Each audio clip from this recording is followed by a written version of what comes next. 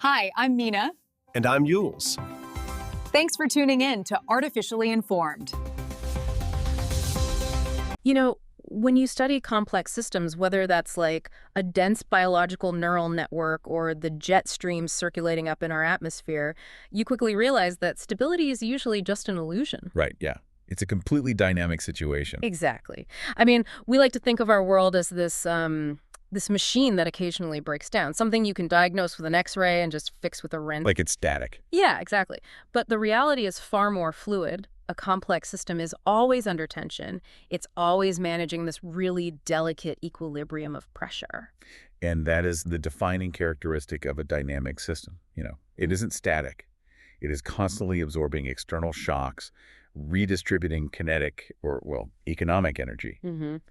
And it's always finding new, often totally unexpected pathways to release that built-up strain before some kind of catastrophic rupture occurs. And that invisible tension, that constant search for an equilibrium, is exactly the framework we're applying to the global landscape today. So, welcome to our deep dive. It's a big one today. It really is. We are exploring the universal mechanics of pressure and release. Our mission here is to trace how humanity, the biosphere, and honestly even the cosmos itself navigate extreme compounding stress. We've got a massive stack of global intelligence to get through. Yeah, we are synthesizing economic forecasts, frontline geopolitical dispatches, meteorological data, and some really wild recent breakthroughs in astrophysics. It's all connected, too. It is. We're looking at the geopolitical tectonic plates grinding against each other and shifting global trade. We're mapping the literal atmospheric pressure extremes currently battering North America. Right. We're examining how microscopic life and ancient human empires survived apocalyptic cataclysms. And finally, we're going to look out into the vacuum of space, tracing how our own solar system had to physically migrate away from a chaotic, heavily irradiated neighborhood just to allow life to take hold here on Earth. Because the underlying physics of strain and adaptation, they apply equally to a stressed macroeconomic market as they do to a planetary atmosphere. Right. The value of viewing the news through this lens is that it stops being a random sequence of isolated events. So whether you're feeling the pinch at the gas pump, watching the severe weather roll in, or just trying to understand the AI revolution, today's deep dive is about how pressure creates the world around you. It really is. So let's just jump straight into the most immediate, high-stakes pressure cooker humanity is managing right now. We are looking at the literal physical bottlenecks of the global economy. The maritime choke points. Exactly, the Strait of Hormuz. For those of you listening who might not have a map in front of you, that's the incredibly narrow waterway connecting the Persian Gulf and the Gulf of Oman in the Middle East. Right. And it has been functionally closed to international shipping for nearly 2 weeks now, mostly due to the ongoing United States and Israeli war with Iran. Yeah, and the situation there is it's dire. It is. We are tracking reports of commercial Indian sailors completely stranded in these contested waters, entirely unable to move their vessels. The geographic reality of the Strait of Hormuz is what makes it the ultimate choke point. Yeah. At its narrowest, the shipping lanes are only about 2 miles wide in either direction. 2 miles! That is nothing! It's nothing. So when an active military conflict erupts there, the whole concept of freedom of navigation just collapses immediately. Yeah. Commercial insurance underwriters at Lloyd's of London, they simply will not cover civilian cargo ships entering a zone with active missile trajectories and drone swarms. It's just too risky. But the diplomatic nuance here is what's really fascinating, right? Because Iranian authorities have selectively permitted 2 Indian liquid petroleum gas, or LPG, tankers to actually pass through the strait. Yes. And they explicitly issued statements labeling the government of India as a friend. Which is a fascinating historical echo. We saw very similar tactics during the Cold War blockades. Right. By letting specific ships through, it's like Iran is turning a geographic bottleneck into a geopolitical scalpel. Exactly. They're proving to the international community that they maintain absolute physical control over the flow of the strait, while simultaneously signaling to global markets that alignment with their strategic interests guarantees economic survival. and alignment with their adversaries guarantees energy starvation. It is a textbook asymmetric pressure tactic. Wow. And the strain on the global circulatory system is being compounded exponentially because a second equally vital artery is currently being pinched. To Red Sea. Right.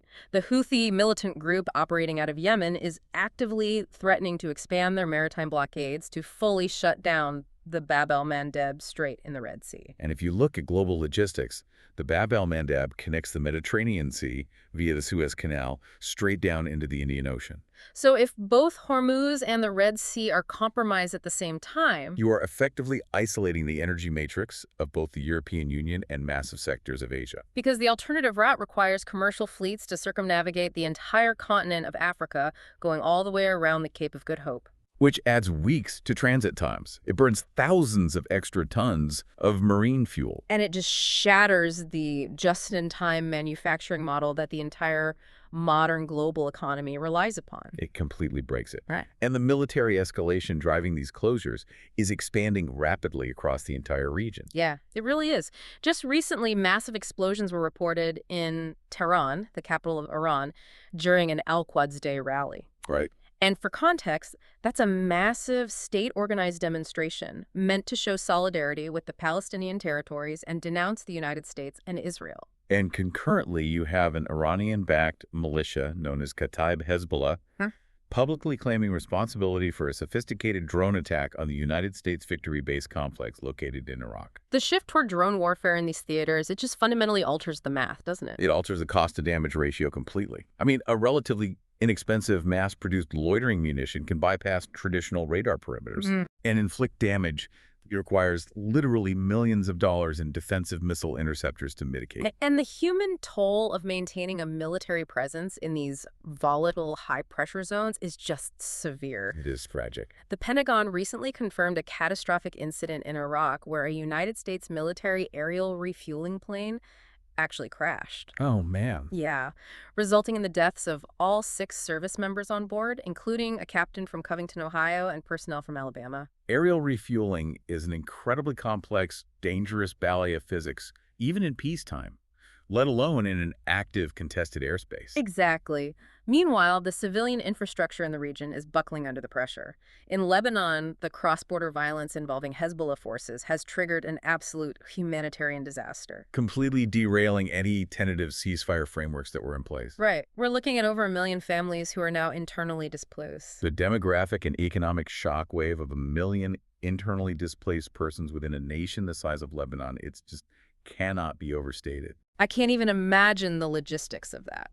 When a population of that scale is suddenly uprooted, the secondary pressures on the host nation's infrastructure are immense. You're talking about water tables, sanitation systems, housing markets, emergency medical logistics It creates a cascading series of localized crises. that literally take decades to stabilize. I look at the compounding nature of these disruptions, and I compare the global shipping lanes to the human circulatory system. That's a good analogy. If the Strait of Hormuz is the carotid artery, pinching it off makes the whole body panic. But we've seen tensions in Hormuz for decades. Why is the global market reacting so violently this time? That is the crucial macroeconomic context right there. The global economy is currently operating with virtually no shock absorbers. Right. We are witnessing a textbook convergence of vulnerabilities. It's not just shipping, it's a perfect storm. Because of the supply chain rerouting and the physical scarcity triggered by the Middle East conflict, crude oil futures have officially breached the $100 per barrel threshold. $100 a barrel. Wow. And oil is the foundational commodity of modern civilization. When it hits $100 a barrel, the cost of diesel fuel spikes, Which increases the overhead for every freight truck and cargo train. which in turn inflates the price of agricultural fertilizers, plastics, everyday consumer groceries. It is a pervasive systemic cost increase. And we are seeing the exhaustion of the financial markets in real time because of this. Oh, absolutely. The S&P 500 index is sliding into its 3rd consecutive losing week. Dow Jones futures are plunging to levels we haven't seen since last November. But the data point that truly reveals the depth of the structural weakness is the revised United States gross domestic product GDP growth rate for the 4th quarter. Yeah, that was rough. It was just downgraded to a stagnant 0.7%. A 0.7% GDP growth rate essentially means the economic engine is stalling out. And it is stalling out while core inflation is sitting stubbornly entrenched at 3.1%. This is the definition of stagflation. It's a central banker's worst nightmare. The traditional mechanism to combat 3.1% inflation is to raise interest rates, which cools down consumer spending. But if you raise interest rates while GDP growth is only at 0.7%. You almost guarantee a plunge into a deep, sustained recession. The Federal Reserve is trapped. They're caught between crushing the currency's purchasing power or intentionally triggering mass unemployment. The sheer gravity of that economic trap is forcing massive geopolitical realignments, too. We are seeing decisions that would have been completely unthinkable a year ago. Yeah, the strategic shifts are wild. In a stark display of raw realpolitik, the administration of current elected President Donald Trump has officially eased the stringent economic sanctions previously placed on Russian oil exports. It is a profound recalibration of strategic priorities. The administration is permitting Russian oil shipments that are currently in transit to continue unhindered until April. And the explicit goal there is to inject supply into the global market to forcibly cool down that $100 per barrel price point.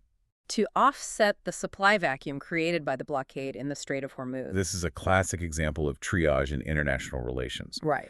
The United States administration has run the calculus and determined that a catastrophic, immediate spike in global energy prices, which would trigger domestic inflation and industrial shutdowns, is a far more severe, immediate existential threat than maintaining the absolute punitive purity of the Russian sanctions regime. So by allowing that specific window of Russian petroleum to flow, they are attempting to manually depressurize the global energy market. Exactly.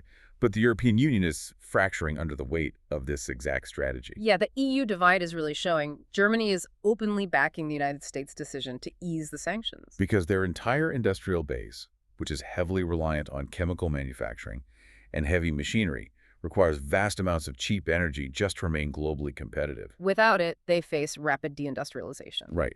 But conversely, you have nations like Spain and Norway publicly distancing themselves from the United States maneuver. Citing severe legal concerns regarding sanction enforcement, right? That and the long-term strategic danger of normalizing energy dependence on Moscow again. The Iranian conflict is effectively acting as a stress test for the structural integrity of the European Union. Because the EU was designed to project a unified economic and diplomatic front. But when you apply extreme energy pressure, the vastly different domestic realities of the member states supersede the alliance. Norway is a massive energy exporter itself, so it has an entirely different risk profile and strategic incentive structure than Germany, which is an energy importer. The overarching pressure exposes the internal fault lines. Exactly. And those fault lines aren't just geopolitical, they are psychological and financial. Let's look at the fallout in the United Arab Emirates, specifically Dubai. Yeah, this is unexpected. Dubai has spent decades engineering its reputation as the ultimate impenetrable safe haven for global capital. It's supposed to be this hyper-modern bubble insulated from regional volatility. But a recent Iranian missile strike successfully bypassed defenses and impacted the Palm Jumeirah, which is that iconic artificial archipelago famous for ultra-luxury real estate. And the physical damage of a single missile strike can often be repaired relatively quickly. But the psychological damage to a market predicated on absolute security is catastrophic. We are tracking a massive, instantaneous exodus of the expatriate workforce and international investors. The financial metrics are just staggering. Dubai's real estate and construction index plummeted 30% in a single week. Capital is notoriously cowardly. Ah, that's one way to put it. It's true. It flows toward the path of least resistance and highest security. When the fundamental premise of Dubai that your investments and your personnel are immune to the geopolitical realities of the Middle East shatters, that capital flight happens at the speed of light. I shouldn't find humor in this, honestly, but there's a deeply dark irony to modern corporate behavior here. Oh, the work-from-home pivot. Yes. You have these massive international conglomerates that spent years leasing the most expensive, prestigious office space in the world, strictly enforcing return-to-office mandates for their employees. Right. But the moment a hard power military reality breaches their airspace, they instantly pivot back to aggressive work-from-home evacuation policies. Except in this scenario, the home their executives are working from involves an emergency flight back to London or New York. Right. It perfectly illustrates the limitations of soft power and economic branding. You can construct the tallest skyscraper on Earth, you can engineer the most favorable corporate tax environment imaginable, but you cannot legislate away the physics of a ballistic missile. Or the reality of a regional war. Hard power always supersedes soft power when the system is pushed to its absolute limit. That is so true. And bringing this analysis back to the domestic front in the United States, the intense pressure of this conflict is also fracturing the domestic information ecosystem. Yeah, the media dispute. Right.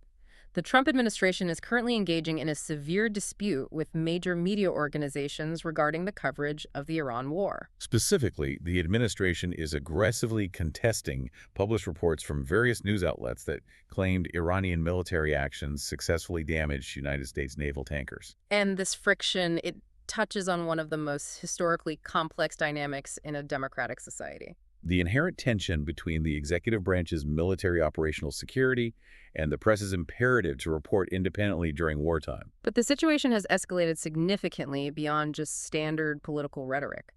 Officials from the Federal Communications Commission, the FCC, specifically Brendan Carr and Chairman Ajit Pai, have issued public statements threatening to revoke the broadcast licenses of news organizations that they assess are disseminating what they categorize as hoaxes concerning the military conflict. And to analyze this objectively, we really have to recognize that both sides are operating from deeply entrenched, historically validated, but fundamentally opposing philosophies regarding the control of information during a crisis. Right. Let's break down the administration's position first. Their position is anchored in national security imperatives. In the fog of war, the rapid spread of unverified or false information regarding damaged military assets can trigger disastrous secondary effects. Like what? Well, it can panic the algorithmic trading of the stock market. It can unnecessarily terrify the families of deployed service members. Oh, right. And it can undermine the strategic leverage of diplomats who are currently negotiating behind closed doors. So from their operational standpoint, treating unverified battle damage assessments as a national security threat is a pragmatic necessity.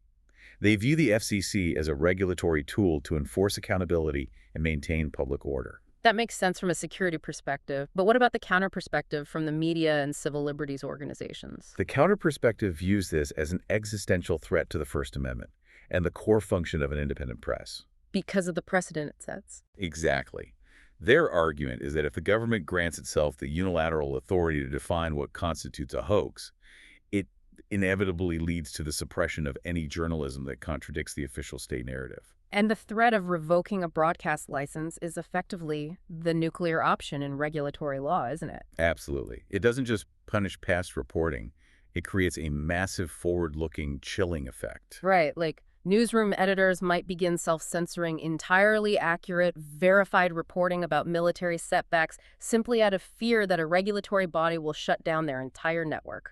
It is a profound pressure test of constitutional boundaries in the modern era. It really is. And, while the entire world's diplomatic and media attention is intensely focused on the Middle East and Washington, the mechanics of global conflict dictate that pressure applied in one region invariably creates a vacuum somewhere else. The distraction effect. Exactly. We are seeing a massive distraction effect playing out in Eastern Europe. Military strategists refer to this as the exploitation of shifting operational bandwidth. With the United States and the European Union totally consumed by the Hormuz blockade and the threat of a wider Middle Eastern war, Ukraine has seized the moment to significantly intensify its deep strike capabilities into Russian territory. Right, using highly advanced Western-supplied Storm Shadow cruise missiles.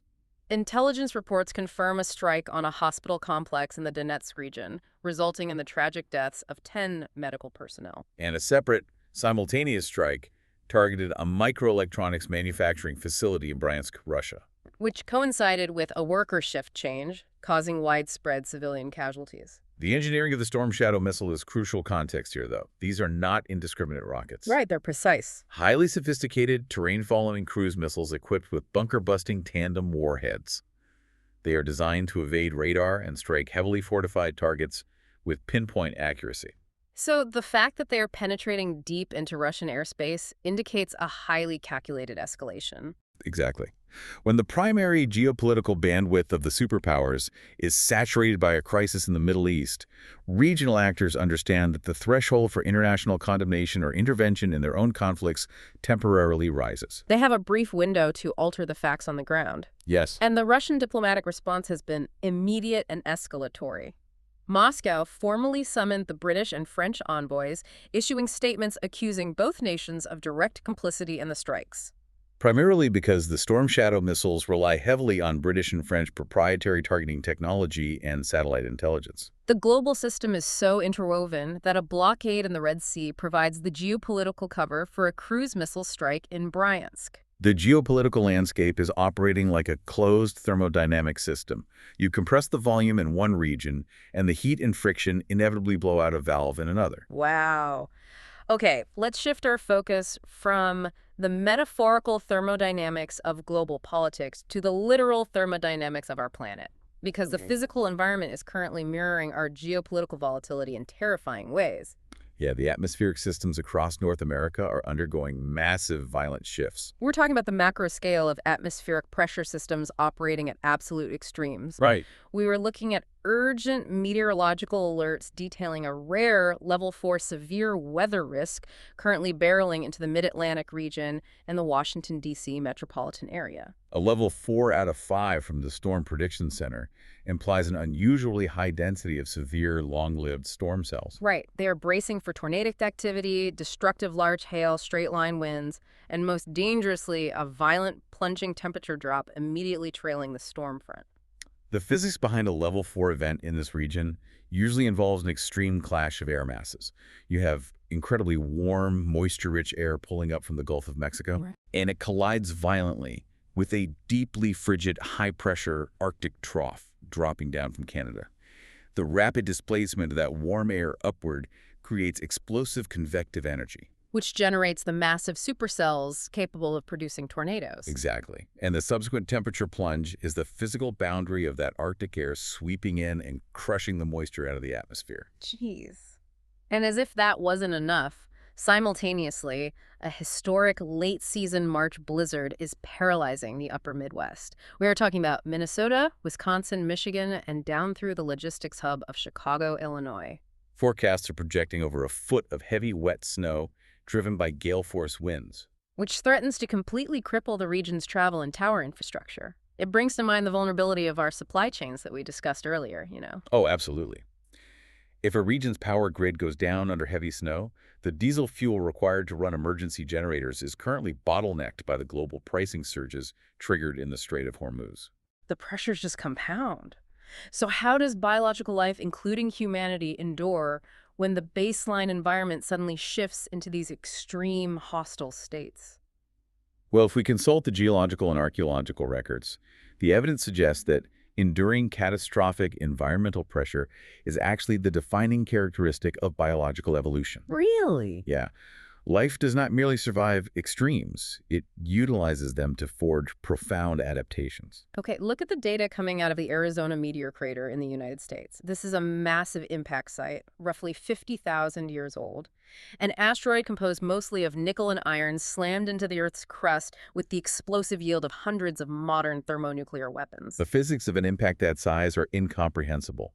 The kinetic energy transfer upon impact instantly vaporizes thousands of tons of bedrock. Wow! It generates a supersonic shockwave that levels everything for miles, followed by a thermal pulse that ignites the atmosphere. And then a prolonged period of localized toxic atmospheric chemistry as the vaporized rock and sulfur rain back down. It is an environment completely hostile to cellular life as we know it. And yet, evolutionary biologists drilling into the deep subterranean rock layers beneath the crater have discovered thriving colonies of extremophile microbes. Microbes survive that. Yes, these are microscopic, single-celled organisms that trace their lineage directly back to the impact era. That's insane. They survive the initial kinetic cataclysm and the subsequent atmospheric toxicity by retreating deep underground. They utilize the geothermal gradient of the Earth's crust to find a stable microenvironment. Essentially entering a state of cryptobiosis, right? Like an incredibly slowed metabolism, and they simply outlasted the apocalypse occurring on the surface. It perfectly demonstrates the biological principle of deep refuge. When surface pressure becomes unsurvivable, life leverages the physical structure of the planet itself as a shield. That explains microscopic resilience. But human beings are infinitely more complex and fragile.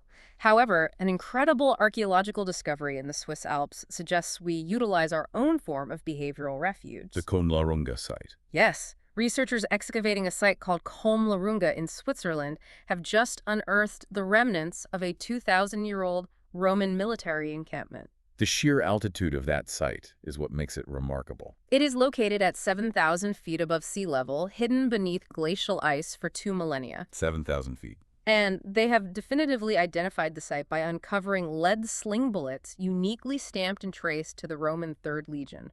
I find the logistical implications of this mind-boggling. Oh, it's a marvel of ancient engineering. Right. The Roman Empire managed to project hard military power, supplying an entire legion of soldiers with calories, weapons, and cold weather gear, likely heavy wool tunics and hobnailed caligy boots. Marching them up into the freezing, hypoxic environment of the Alps, simply to establish a choke point against Celtic tribal movements. If microbes survive asteroid strikes by hiding in bedrock, and ancient humans survived freezing high-altitude environments through sheer logistical engineering, it implies our species' baseline capability for adaptation is astronomically higher than we give ourselves credit for. The defining human evolutionary advantage isn't a thick hide or sharp claws. It is our cognitive capacity to engineer localized environments. Right. The Romans survived at 7,000 feet because they engineered sophisticated supply chains and thermal clothing. It is cognitive adaptation overriding physical limitation. So when we look at the modern stressors we face, supply chain collapses, geopolitical wars, level 4 atmospheric storms, it's easy to feel overwhelmed. But the historical context proves that the biological lineage we belong to possesses a deep, proven capacity to absorb catastrophic pressure and engineer a way through it. Which provides the perfect transition into how we are engineering our way out of the current bottlenecks. The innovation engine. Exactly. If the environment and global politics are throwing complex, compounding problems at us, we are rapidly developing fundamentally new cognitive tools to solve them. We are moving from the physical, brute force logistics of a Roman legion marching up a mountain to the hyper-efficient, digital realms of artificial intelligence and synthetic biology. The innovation engine is running redline right now. It is. Let's examine the foundational hardware race first. For the last several years, the tech sector has been entirely dominated by NVIDIA. Their graphics processing units, or GPUs, have been the undisputed backbone of training massive AI models. And NVIDIA achieved that dominance because the underlying mathematics of rendering video game graphics happens to be the exact same mathematical structure required to train deep learning neural networks. Millions of simple, simultaneous calculations. Right. They completely monopolize the hardware. But the financial intelligence reports indicate a massive structural shift is underway. Broadcom is rapidly emerging as a legitimate, massive disruptor to NVIDIA's monopoly. The market is demanding fundamentally new architectures. Because this shift represents the market responding to extreme computational and thermal pressure. Running tens of thousands of NVIDIA GPUs in a massive data center requires an astonishing amount of electricity. Oh, yeah. And it generates enough heat to melt the servers if they aren't constantly cooled by millions of gallons of water. Broadcom's approach challenges this by focusing on highly specialized, custom silicon. Application-specific integrated circuits, or ASICs, right? Exactly. An incredibly fast networking infrastructure that allows data centers to distribute the computational load more efficiently. The sheer pressure of AI's energy demands is forcing the hardware layer to evolve from brute force generalized processing to hyper-specialized energy-efficient networking. Wow. And as the hardware evolves, the software layer is democratizing at a speed that is entirely bypassing traditional corporate structures. So the Gabriel Cohen story. Yes. We are tracking a fascinating development involving a solo, open-source software developer named Gabriel Cohen. Working entirely alone over the span of just 6 weeks, he programmed a new software architecture he called NanoClaw. It's described as a minimalist artificial intelligence agent architecture. And the terminology here is important for our listeners, right? Right. An AI agent differs from a standard chatbot. A chatbot just answers a prompt.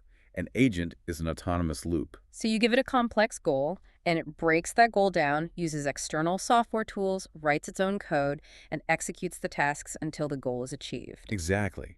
And Cohen's minimalist approach to this architecture was so profoundly secure and efficient that he just successfully negotiated a massive enterprise-level integration deal with Docker. Docker is the ubiquitous platform that the majority of the world's software engineers use to build and deploy containerized applications. So a single developer, in a month and a half, just redefined the security protocols for enterprise-level autonomous AI. That is just wild to think about. The genius of the minimalist approach is all about reducing the attack surface.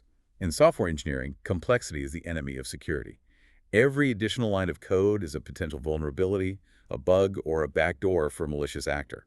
Right. So by stripping the AI agent architecture down to its absolute bare minimum components, Cohen created a tool that can operate under the extreme security pressures of global enterprise networks without fracturing. It is the software equivalent of a perfectly engineered, simple Roman arch. It can bear massive weight precisely because it lacks unnecessary ornamentation. And we are taking this advanced computational logic and applying it directly to physical matter. Green chemistry. Yes, researchers at Cambridge University in the United Kingdom have recently published a new paradigm for what they call green chemistry. They have successfully integrated machine learning algorithms, automated robotics, and light-activated metal catalysts to synthesize complex pharmaceutical drug compounds. To appreciate the magnitude of this breakthrough, you really have to understand how brutal traditional pharmaceutical manufacturing is. Right. Synthesizing a complex drug molecule typically requires incredibly high-pressure reactor vessels, extreme heat, and heavily toxic chemical solvents like palladium catalysts that produce vast amounts of hazardous waste. It's a violent, energy-intensive process. Extremely. But the Cambridge team is utilizing AI to map out entirely novel chemical reaction pathways.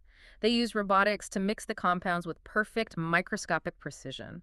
And most revolutionary, instead of using high heat and toxic solvents, they are utilizing photoredox catalysis. Meaning they're using the precise energy of light? Literally just targeted photons, right, to excite the electrons in the metal catalysts and trigger the chemical bonds. Yes. They are synthesizing life-saving pharmaceuticals at unprecedented speeds while entirely eliminating the toxic, high-pressure, energy-heavy elements of the traditional brute force process. They are substituting physical pressure for computational intelligence. They're letting the AI solve the quantum mechanics of the molecular bonds so the physical environment doesn't have to be forced into an extreme state. The ultimate synthesis of computational intelligence and biology, however, is happening in the field of genomics. Oh, the DNA switches. Yes. Scientists have developed a specialized AI tool named Conservatory. They deployed this AI to analyze the genomes of various plant species, and the system successfully mapped 2.3 million regulatory DNA sequences. Known as conserved non-coding sequences, or CNSs. Now, for decades, geneticists referred to these non-coding regions as junk DNA because they didn't directly code for the creation of proteins. We just didn't understand their function. But the AI mapped them and revealed that these sequences have remained completely unchanged, utterly identical, for 400 million years of evolutionary history. In evolutionary biology, that level of conservation is staggering. I mean, 400 million years. It dictates that if a sequence hasn't mutated in 400 million years, it isn't junk. It is absolutely vital to the organism's survival. If that specific code mutates even slightly, the organism dies. Wow. The AI discovered that these sequences act as incredibly complex epigenetic switches. They sit above the standard genes and turn them on or off in precise configurations in response to extreme environmental stress. Like sudden droughts or severe temperature drops. I think about this like discovering the root level source code of an ancient operating system that has been running flawlessly for eons. That's a great way to look at it. The developers' evolution forgot about these hidden switches, but they still control the vital cooling fans of the system. We are using artificial intelligence supercomputers to read 400 million-year-old biological code, reverse engineer how nature's oldest survival switches operate, so that we can actively patch the bugs and genetically engineer new agricultural crops capable of surviving the severe level 4 climate changes we're facing today. That is precisely the connective tissue of this entire technological movement. The battle between NVIDIA and Broadcom for hardware supremacy, the integration of secure AI agents by solo developers, the photon-driven green chemistry in the UK, none of this exists in isolation. This massive compounding digital infrastructure is what allows us to map those 400 million-year-old DNA sequences. We are rapidly digitizing the biological and chemical world, converting physical matter into data so that we can manipulate it fast enough to adapt to the extreme geopolitical and environmental pressures threatening our survival. But the sobering reality is that regardless of how sophisticated our AI becomes or how perfectly we engineer a drought-resistant strand of wheat, The Earth remains a closed thermodynamic system. It's a terrarium. Yeah. When the internal pressure of a closed system reaches a critical threshold, you cannot endlessly optimize the internal components. Eventually, you have to pop the lid. You have to seek a pressure release valve outside the system. Which brings us to our final exploration, leaving the cradle. We are looking outward at Mars, Venus, and the galactic mechanics of our solar system. The ultimate manifestation of escaping a high-pressure environment is the engineering of spaceflight. And today provides a deeply poetic historical marker. Today, March 16th, 2026, represents the exact 100-year anniversary of one of the most consequential moments in human history. Robert Goddard. Yes. 1 century ago, in Auburn, Massachusetts, a physicist named Robert Goddard successfully launched the world's first liquid-fueled rocket. He utilized a highly volatile mixture of cryogenic liquid oxygen and standard gasoline. The engineering leap from solid propellants like gunpowder to a liquid bipropellant system is what made space exploration physically possible.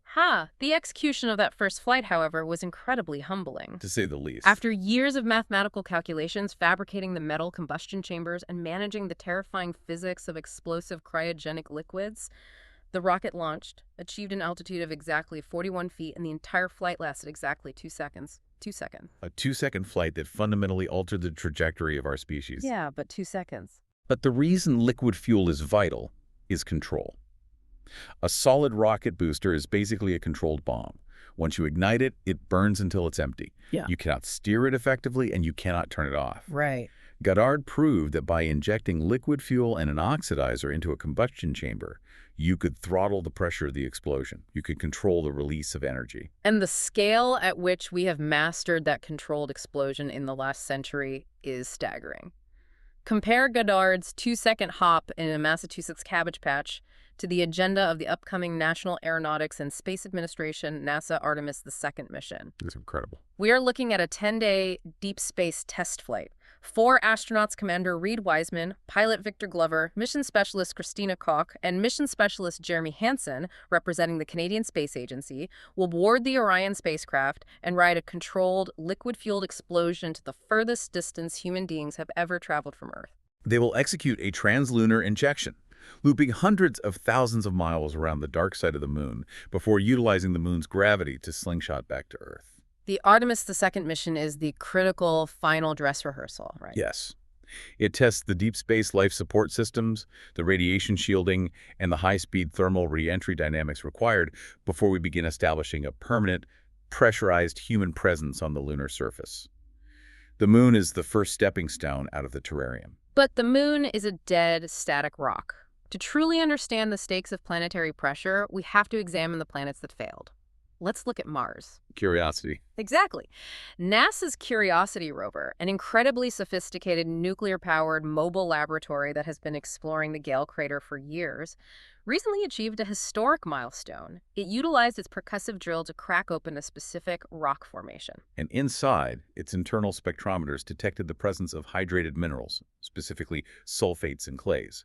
And these minerals physically require the presence of liquid water to form, right? Right, and their location in the geologic strata proves that subsurface water existed on Mars for millions, perhaps billions of years after the planet's surface oceans completely evaporated. This discovery radically rewrites the timeline of Martian habitability. It really does. I would have assumed that once the atmospheric pressure dropped and the surface oceans boiled away or froze, the planet was instantly sterilized. But if the water retreated deep underground, much like the extremophile microbes surviving the meteor strike in Arizona, the geothermal heat from the Martian core could have kept that water liquid in vast subterranean cavern systems. Wow. Exactly. The geothermal gradient provides a refuge. The surface becomes an irradiated desert, but the crust provides a stable, pressurized microenvironment where microbial life could have clung to existence for eons, long after the surface died. And we are currently trying to unravel the exact mechanics of how that surface died. NASA recently launched the Escapade mission, the Escape and Plasma Acceleration and Dynamics Explorers. Right, the twin spacecraft. Currently operating in orbit around Mars. Their primary objective is to measure the exact interaction between the Martian upper atmosphere and the solar wind. Because this is a story of magnetic pressure. Earth survives the constant, violent bombardment of charged plasma from the sun, the solar wind, because our spinning molten iron core generates a massive magnetic shield called the magnetosphere. It deflects the radiation. But Mars, being a smaller planet, saw its core cool down much faster.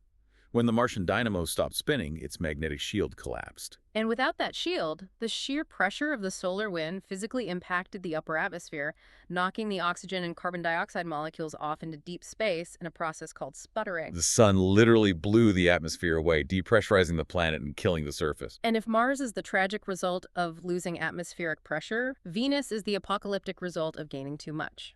Russia has recently announced plans to resurrect their Soviet-era legacy of Venus exploration with the Venera-D mission, currently slated for 2036. They aim to send advanced orbiters and heavily armored landers to the Venusian surface. Designing a lander for Venus is one of the most difficult engineering challenges in astrophysics. Because Venus experienced a runaway greenhouse effect, the carbon dioxide in its atmosphere became so dense that it trapped all incoming solar radiation. The current surface conditions are unimaginably hostile. The atmospheric pressure is 90 times greater than what we experience at sea level on Earth. That's enough pressure to instantly crush the hull of a military submarine. And the ambient temperature is around 475 degrees Celsius, hot enough to melt lead, and the cloud layers rain concentrated sulfuric acid.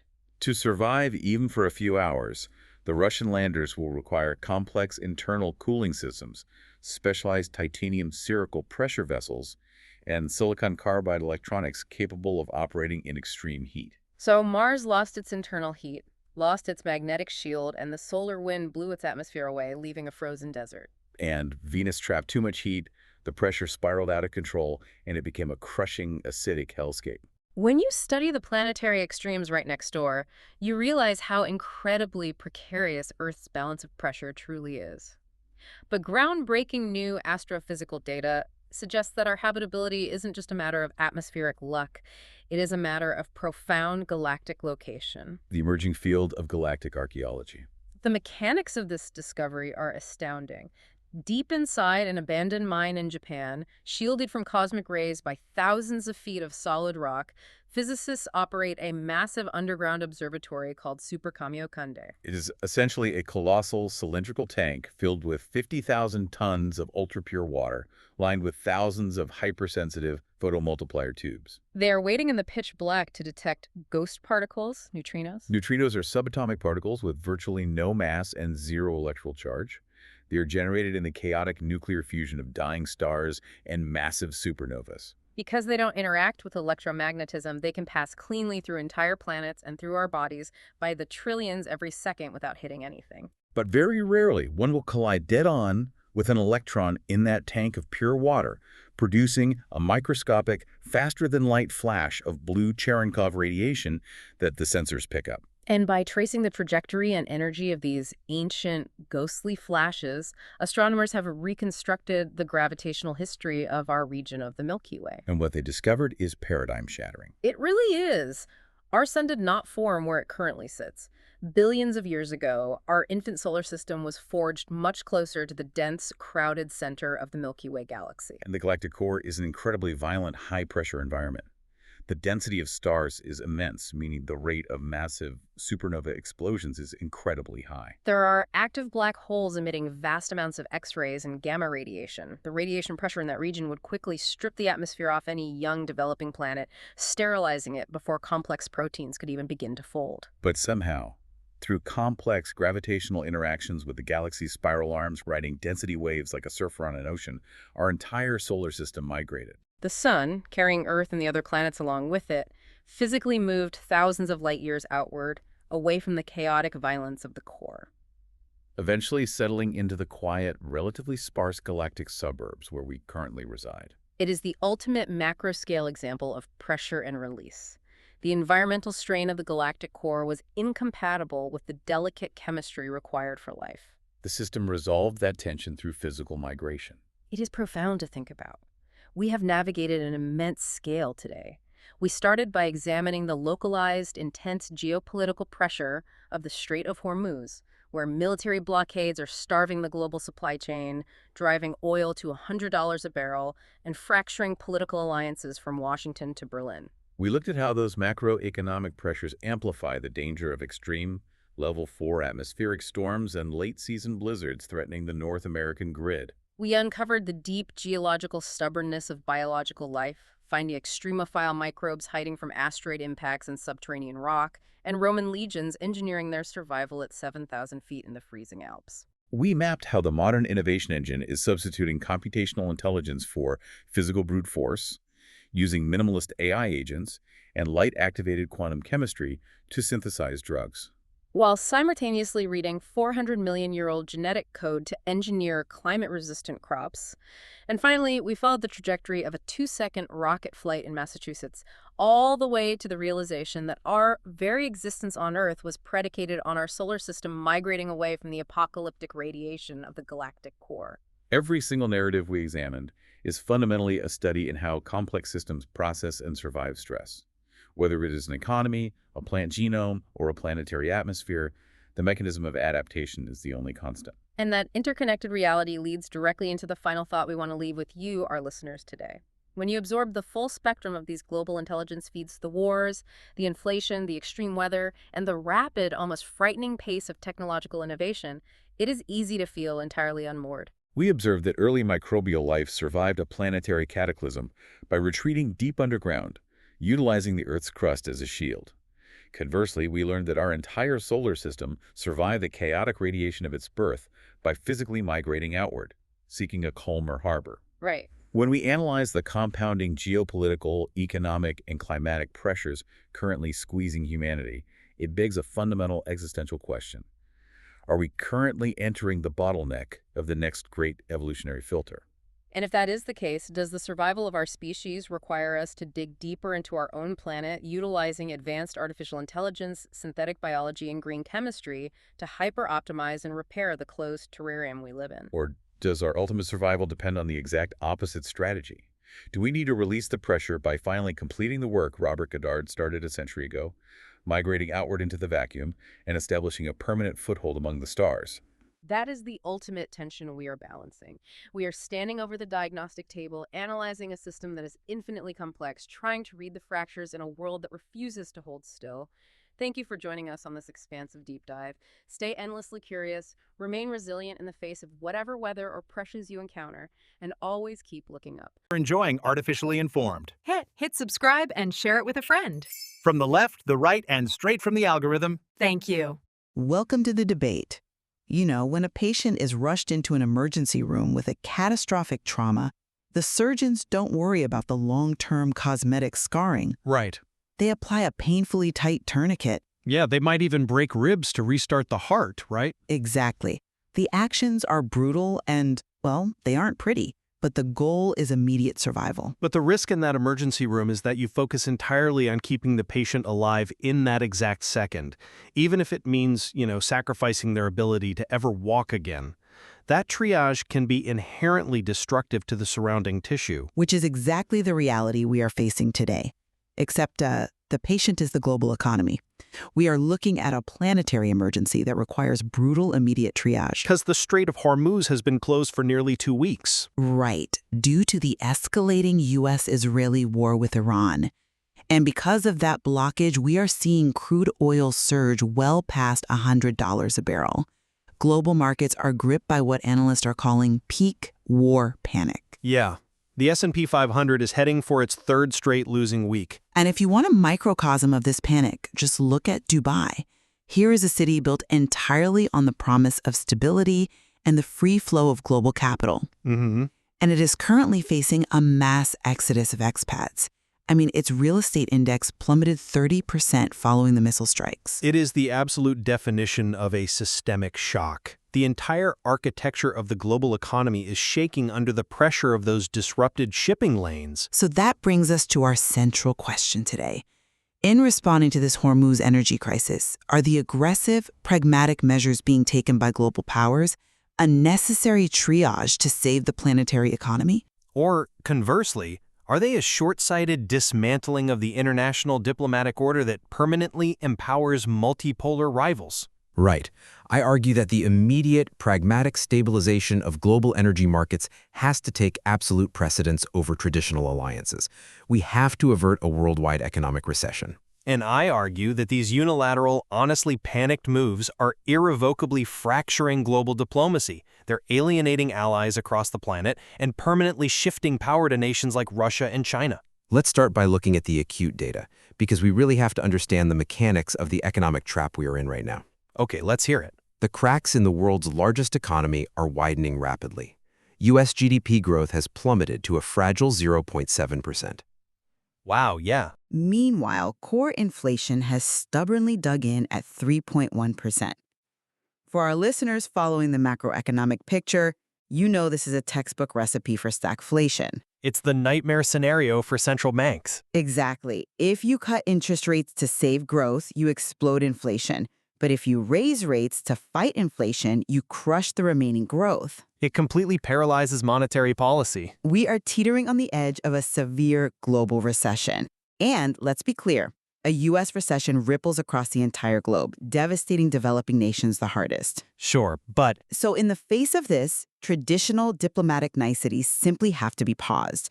The controversial decisions we are seeing, like easing sanctions on Russian oil shipments until April to stabilize prices, right, the April extension. yeah, and utilizing emergency powers to open the California coast to offshore drilling, and demanding that international navies step up to secure Hormuz.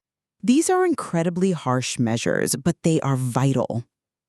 I understand the gravity of those economic indicators, but we have to look at the mechanics of the so-called cure. We can't afford the luxury of ideological purity when the alternative is a total collapse of the global financial system. The priority has to be planetary economic survival. But we are witnessing a systemic geopolitical fracture that will outlast any temporary inflation spike. The response to this crisis is rapidly accelerating the demise of the rules-based international order. How so? Well, by demanding military compliance from allies in the Gulf, while simultaneously and unilaterally easing Russian oil sanctions, the U.S. is essentially telling its partners that the rules only apply when it's convenient. I wouldn't say convenient. I'd say necessary. But we are alienating our closest partners in Europe. We are pushing Latin America further away. And, most dangerously, we are inadvertently handing massive geopolitical and financial leverage to multipolar rivals. You call it a fracture. You call it triage, but the long-term cost of this approach is a permanently fragmented globe. Opportunistic powers are going to step into the vacuum we're creating. Okay, let's drill into that specific policy, the easing of Russian oil sanctions. Because I look at this strictly through the lens of market physics. Go on. Allowing shipments of Russian oil that are already en route to continue until early April acts as a literal relief valve. If you completely block Russian oil while Hormuz is choked off, global supply drops so drastically that prices don't just stay at $100. They spike higher? Exactly. They rocket to $150 or $180 a barrel. It's an ugly diplomatic compromise, yes, but mechanically, it keeps the global economy alive. Furthermore, look at the capital flows. This scenario, driven by $100 plus oil, is estimated to bring a $63.4 billion boost to U.S. energy firms this year. That influx of capital allows rapid scaling of production capacity, which is absolutely necessary to backfill global supply. But you can't view this strictly through a financial lens without looking at the catastrophic geopolitical blowback. This triage is amputating European trust. Is it, though? Absolutely, and that trust is the bedrock of Western diplomatic power. Take Germany, for instance. Their industrial output is already collapsing under the weight of these energy costs. Right. And yet, the German envoy to India, Philip Ackermann, issued a stark public warning that easing the price cap on Russian oil directly funds Russia's war machine in Ukraine. But politically, he has to say that. But mechanically, what's happening? Europe is looking at Washington easing sanctions on Moscow for its own economic convenience, frankly, to save the S&P 500. That's a bit reductive. But it's true. They do that while simultaneously expecting Europe to bear the brunt of the security crisis and moral high ground in Ukraine. I hear that, but Europe's positioning right now is fundamentally contradictory. How so? I mean, how are they contradicting themselves? You bring up Europe's frustration, but let's look at their actions in the Middle East. European nations like Spain and Norway are flatly refusing to join the military coalition to secure the Strait of Hormuz. Right, citing legal and strategic concerns? Yeah, but you simply can't have it both ways. If European nations are refusing to deploy their navies to protect the very shipping lanes that supply their own energy grids, they can't simultaneously condemn the United States for finding alternative global oil supplies. Even unpalatable ones, like Russian crude? Yes, to keep the lights on. It's a matter of basic physics. Energy has to come from somewhere. If the primary artery in the Middle East is cut and allies refuse to help secure it, you are mathematically forced to find a bypass. But that bypass destroys the credibility of the entire sanctions regime. Ursula von der Leyen and European leadership are bleeding political capital trying to hold a hard line on Russia. And while they do that, Washington pivots based on market panic and GDP reports. It sends a message to the entire planet that Western sanctions are not based on moral imperatives or international law. They're based on survival. They look like merely financial tools to be discarded the moment domestic inflation ticks up. When Iran warns Brussels that European military support for the U.S. makes them a target, and the U.S. responds by making side deals on Russian oil, Europe is left exposed and isolated. Diplomatic credibility is a luxury of a stable economy. If the planetary economy crashes, credibility vanishes anyway. That's a bleak way to look at it. It's the reality. You cannot lead a global coalition if your domestic economy is in a depression. But let's follow the cause and effect here, because the friction with Europe is exactly what is driving the next phase of this crisis. You're talking about the global south. Right. Because Europe won't help secure Hormuz, and the U.S. is forced to scramble for energy security closer to home, we are seeing massive shockwaves in Latin America. Exactly. And the global backlash there is severe. If we want to talk about a planetary perspective, look at Colombia. Okay. President Gustavo Petro explicitly warned against the creation of a U.S. empire following the seizure of Venezuelan leader Nicolas Maduro. Right, he made those comments recently. And this isn't just an isolated complaint. He is openly condemning military operations aimed at regime change. He's stating that Latin America should not be treated as a resource colony to be conquered whenever the West has an energy shortage. I see why he'd point to that. And then, mechanically, look at what this friction does to Cuba. Cuba is actually a fascinating example of this triage in action. It's an example of the vacuum it creates.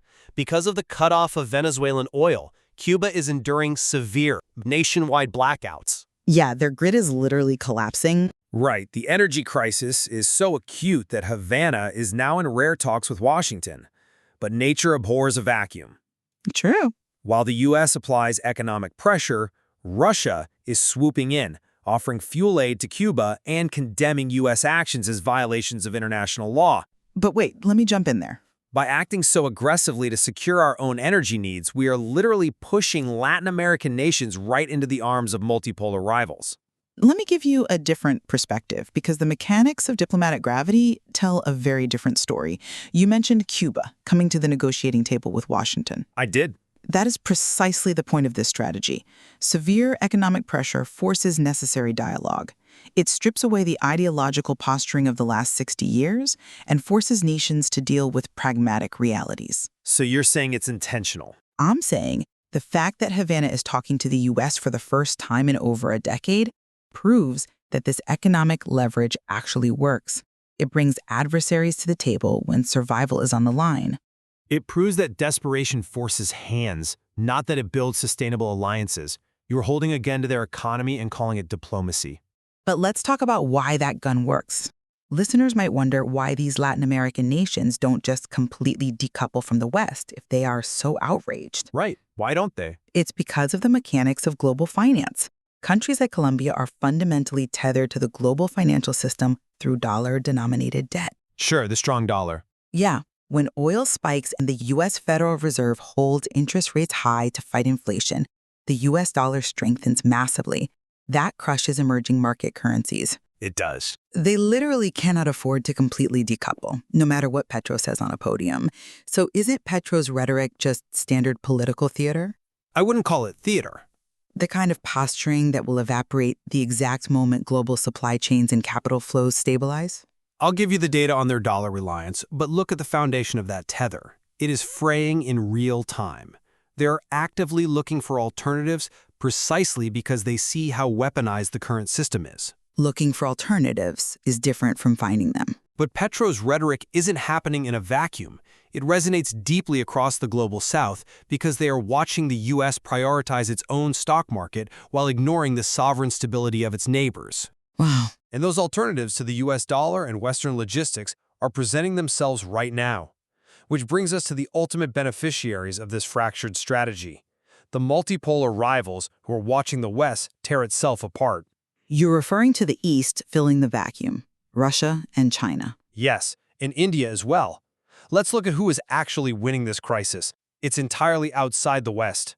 China's economy is surprisingly rebounding amidst these war risks. Surprising is the key word there. But they're showing resilience in industrial output and retail sales while the U.S. slows down. But more importantly, look at the mechanisms of how Russia and India are capitalizing on the chaos. Right. Russia is not just passively profiting from oil trading well over $100 a barrel. They are actively leveraging this crisis to rewire European energy architecture. You're talking about the new pipeline deals. Exactly. Hungary and Slovakia are signing new agreements with Russia, completely bypassing Ukraine. They are capitalizing on a localized dispute over the Druzhba pipeline. You know, that massive Soviet-era oil network? Mm-hmm. To fracture European unity. Yes.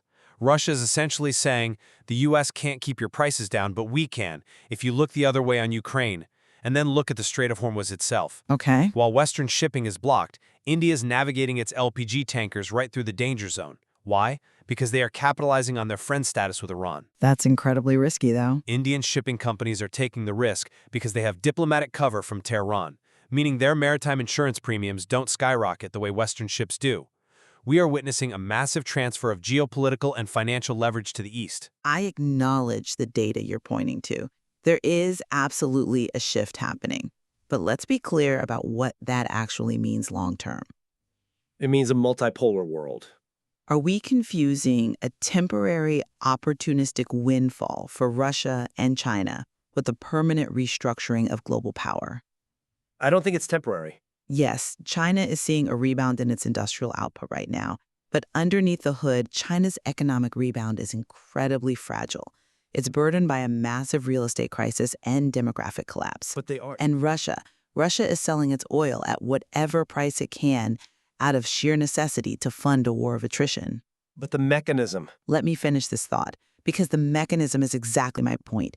India navigating its tankers through Hormuz under Iranian protection is like a local business paying a mob boss for safe passage through a bad neighborhood. That's quite an analogy. It works for the one guy paying the toll today, but it completely destroys the concept of a safe public environment. It is a desperate workaround, not a sustainable model for global trade. I disagree. The moment the conflict cools, the efficiency and security of the traditional Western-backed maritime order will reassert itself. Because the U.S. Navy is still the only blue water force capable of genuinely securing planetary trade routes long-term. For now. You don't replace an entire global logistics and diplomatic network with a few opportunistic pipeline deals in Hungary and a temporary hall pass for a couple of Indian LPG tankers. They might not have the capability to police the whole planet today, but they don't need to. They only need to secure enough of it right now to create a proof of concept for a parallel system. A proof of concept? Yes. India navigating those tankers shows the rest of the global south that you don't need the U.S. Navy to secure your trade routes if you align with the right multipolar powers. That's a huge gamble. It demonstrates that bilateral agreements with heavily sanctioned nations, like Iran or Russia, can yield better immediate energy security than relying on the traditional rules-based order. When the U.S. pulls back to protect its own shores or applies unilateral pressure that alienates Europe and Latin America, Russia and China are proving they can step in. They are providing the infrastructure, the fuel, and the diplomatic cover that the developing world desperately needs. But at what cost to the developing world? India is taking immense physical risks sending those sailors into an active war zone. True, the risk is real. If one of those Indian tankers hits a rogue mine, that friend status with Iran means absolutely nothing. The risk is high, but the alternative, which is economic collapse due to energy starvation, is worse. And that's the tragedy of this triage. We are sacrificing the long-term architecture of global diplomacy for a few months of stabilized gas prices in the West.